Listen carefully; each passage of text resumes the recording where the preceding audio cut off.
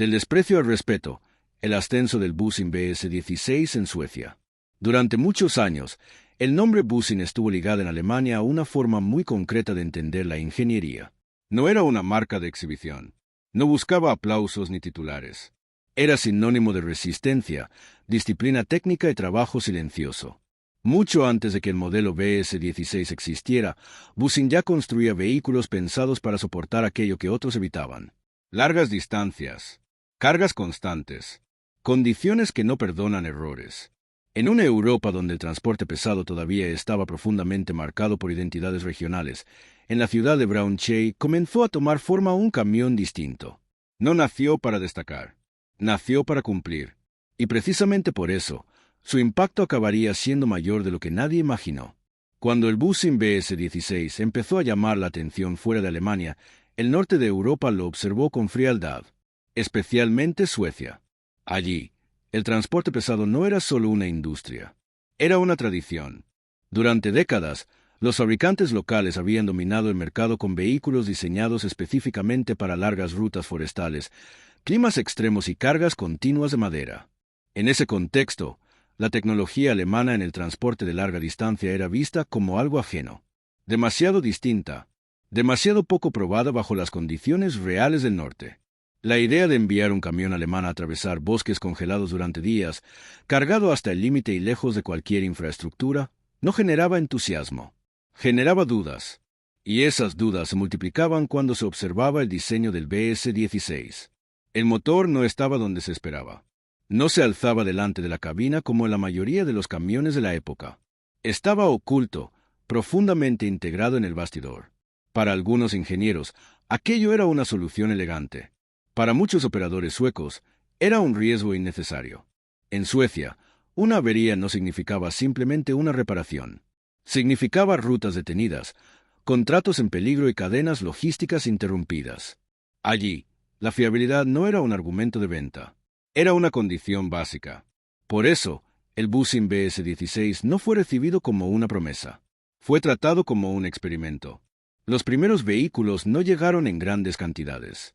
No formaron flotas completas. Fueron asignados a rutas concretas, muchas veces aquellas donde otros camiones ya mostraban señales de agotamiento. Cargas pesadas de troncos. Trayectos interminables. Ritmos constantes durante días enteros. Para muchos conductores suecos, el BS-16 resultaba extraño. La posición de conducción era diferente. El habitáculo era más silencioso. El comportamiento del vehículo no coincidía con lo que estaban acostumbrados a sentir. No hubo burlas abiertas. El escepticismo fue discreto, casi profesional. Se hablaba del diseño, del emblema desconocido, de la duda persistente sobre si aquel camión alemán estaba realmente preparado para el clima escandinavo. Pero el BS-16 no reaccionó a las opiniones. Reaccionó únicamente a la carga.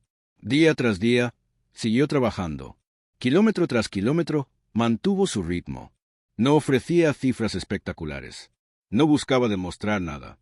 Simplemente cumplía.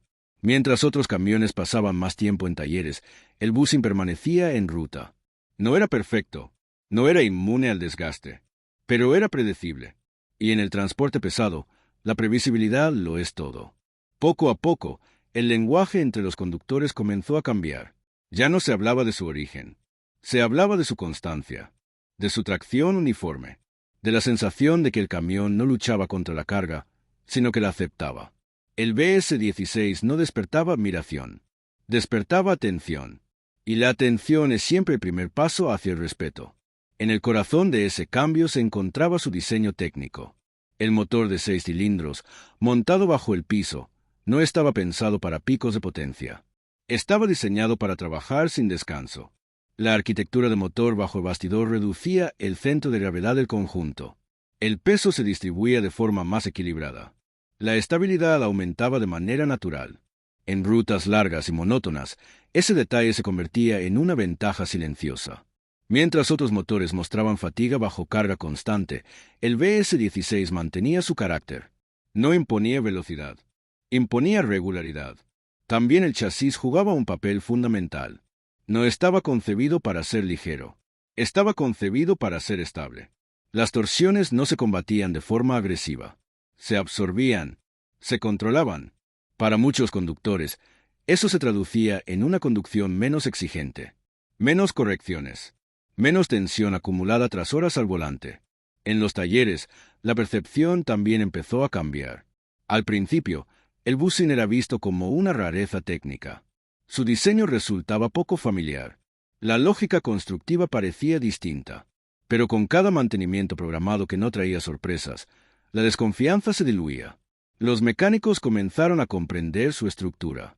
Apreciaron la accesibilidad de ciertos componentes, la robustez del bastidor, la coherencia del conjunto. El BS-16 empezó a aparecer en decisiones de flota. No por entusiasmo, por cálculo. Menos paradas imprevistas significaban rutas más estables, planificaciones más fiables, menores pérdidas. En el sector del transporte de madera, tradicionalmente dominado por fabricantes escandinavos, el busing comenzó a destacar de una forma inesperada. No porque fuese más rápido, sino porque llegaba en mejor estado. 2 camiones, misma carga, misma ruta.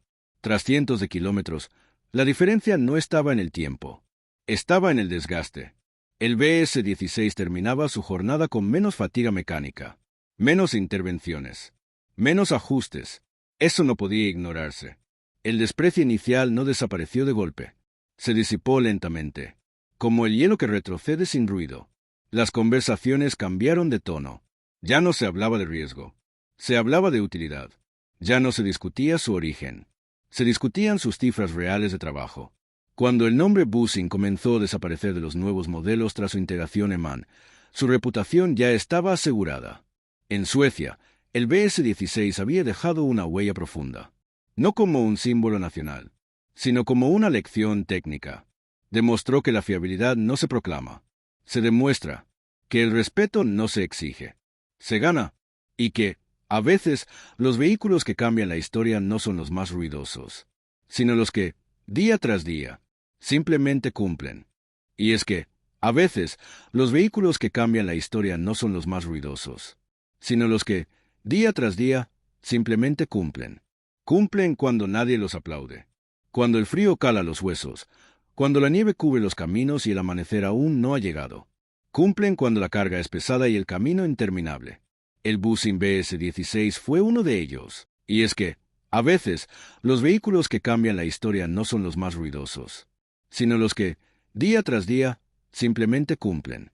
Cumplen cuando nadie los aplaude, cuando el frío cala los huesos, cuando la nieve cubre los caminos y el amanecer aún no ha llegado. Cumplen cuando la carga es pesada y el camino interminable. El busing BS-16 fue uno de ellos. No nació para el espectáculo, sino para el trabajo duro.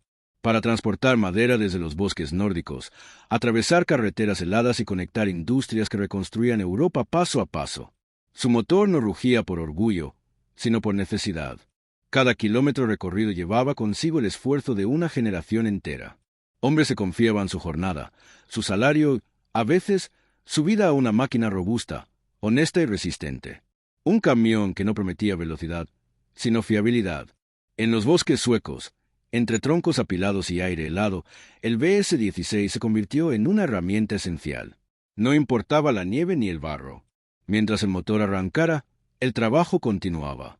Y así, día tras día, sin titulares ni portadas, estos camiones sostuvieron economías locales, alimentaron fábricas y mantuvieron en movimiento a países enteros. Hoy, al observar su silueta envejecida, sus marcas de uso y su pintura desgastada, no vemos solo metal, vemos historias. Historias de madrugadas silenciosas, de manos curtidas sujetando el volante, de faros cortando la niebla en carreteras vacías. El león del frontal, símbolo de busing, no era un adorno. Representaba carácter, determinación, la promesa de no rendirse. Puede que estos camiones ya no circulen por las carreteras modernas, pero su legado sigue presente en cada sistema logístico, en cada transporte pesado, en cada máquina que prioriza la resistencia sobre la apariencia. Porque el verdadero progreso no siempre avanza a toda velocidad. A veces avanza despacio, con firmeza, sobre ruedas grandes, motores sencillos y decisiones bien tomadas. El busing BS-16 no buscó ser una leyenda, pero terminó siéndolo. No por ser el más rápido, no por ser el más lujoso, sino por estar siempre ahí, cuando hacía falta.